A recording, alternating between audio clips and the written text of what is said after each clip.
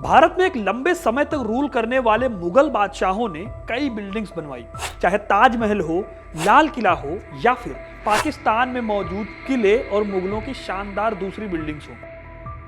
ये सारी बिल्डिंग्स दुनिया भर में मशहूर हैं, लेकिन कभी मुगलों का एक इंपॉर्टेंट हिस्सा रहे बंगाल में मुगलों की इमारतों के बारे में आप क्या जानते हैं? आज का बांग्लादेश, जो कभी बंगाल सूबा हुआ करता था, वो मुगलों की सबसे इंपॉर्टेंट जगहों में से एक था। सबसे ज्यादा यहाँ से कमाई होती थी, लेकिन फिर भी बांग्लादेश में मौजूद मुगलों की बनाई इमारतों के बारे में बहुत कम लोग जानते हैं। आज मैं आपको बताऊंगा कि बांग्लादेश में मुगलों ने क्या क्या बनवाया और उनमें से कौन सी इमारतें आज बची हुई हैं और कौन सी ऐसी हैं जिन्हें आज आप पहचान भी नहीं पाएंगे। तो वीडियो को एंड तक जरूर देखिएगा, क्योंकि अपना इतिहास नहीं जानोगे तो खुद को कैसे पहचानोगे।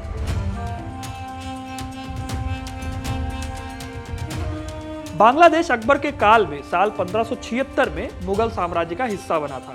यहाँ पर एक शहर था ढाका, जो कि एक मिलिट्री बेस हुआ करता था। आगे चलकर जहांगीर के काल में इस्लाम खान को बंगाल में एक राजधानी बनाने के लिए गवर्नर बनाकर भेजा गया। इस्लाम खान को ढाका बेस्ट जगह लगी। फिर साल 1608 में इन्होंने ढाका को बंगाल सूबे की राजधानी बना दिया। इस्लाम खान के टाइम पर ही ढाका में खूब मस्जिदें और खूब सारे किले बनवाए गए। मुगल बिल्डिंग्स की अगर बात करूं तो शाहजहां के टाइम पर और फिर औरंगजेब के टाइम पर ढाका में कई डेवलपमेंट हुए। यहां की एक इंपॉर्टेंट बिल्डिंग है बोरो कटरा।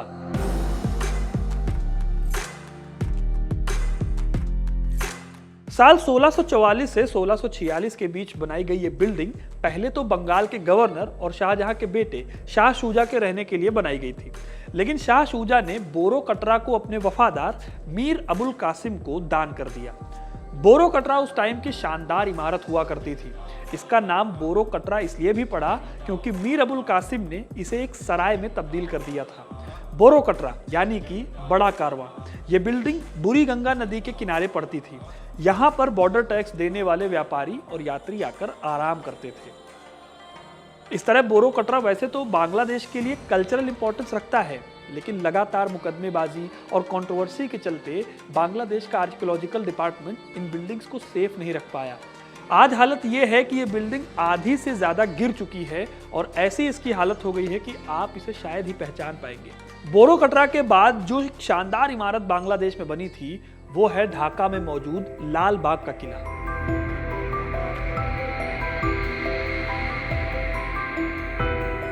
इस किले को बनाना शुरू किया था मोहम्मद आजम ने। ये औरंगजेब के बेटे थे।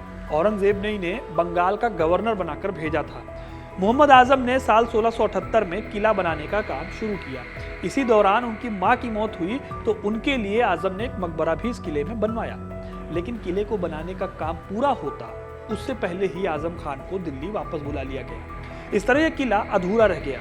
फिर इस किले को बनवाने का काम किया अगले गवर्नर शाइस्ता खान ने।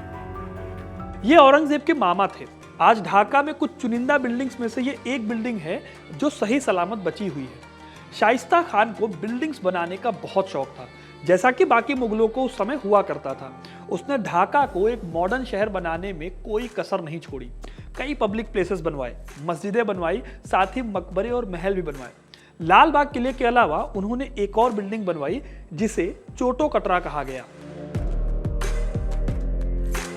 इस बिल्डिंग को इन्होंने अपने रिश्तेदारों और अपने खास मुगल ऑफिसर्स के लिए बनवाया था। आज के दौर में इस बिल्डिंग को पहचान पाना भी मुश्किल है, क्योंकि इसको सुरक्षित नहीं रखा गया। साल 1664 में बनी इस इमारत में आज खिलौने बनाए जाते हैं। इस दौर में ढाका की आबादी भी खूब बढ़ रही थी और ढाका में भारत ही नहीं बल्कि विदेशी व्यापारी भी आते थे, जैसे कि east India company, French east India company वगैरह वगैरह। इन लोगों के ठहरने के लिए सराय बनवाई गई। शाइस्ता खान ने इसके अलावा साल 1664 में चौक बाजार मस्जिद बनवाई।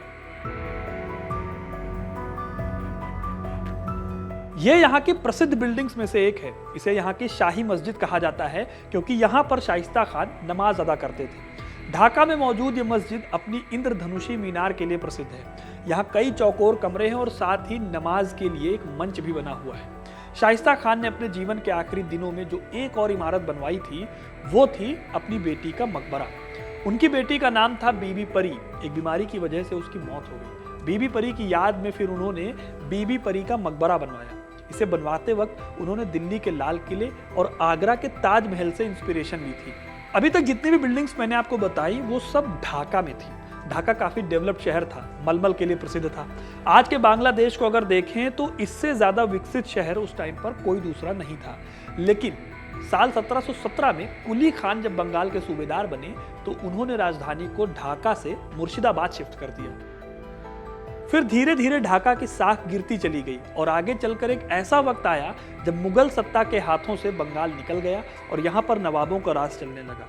इस दौर में कोई बड़ी बिल्डिंग नहीं बन पाई।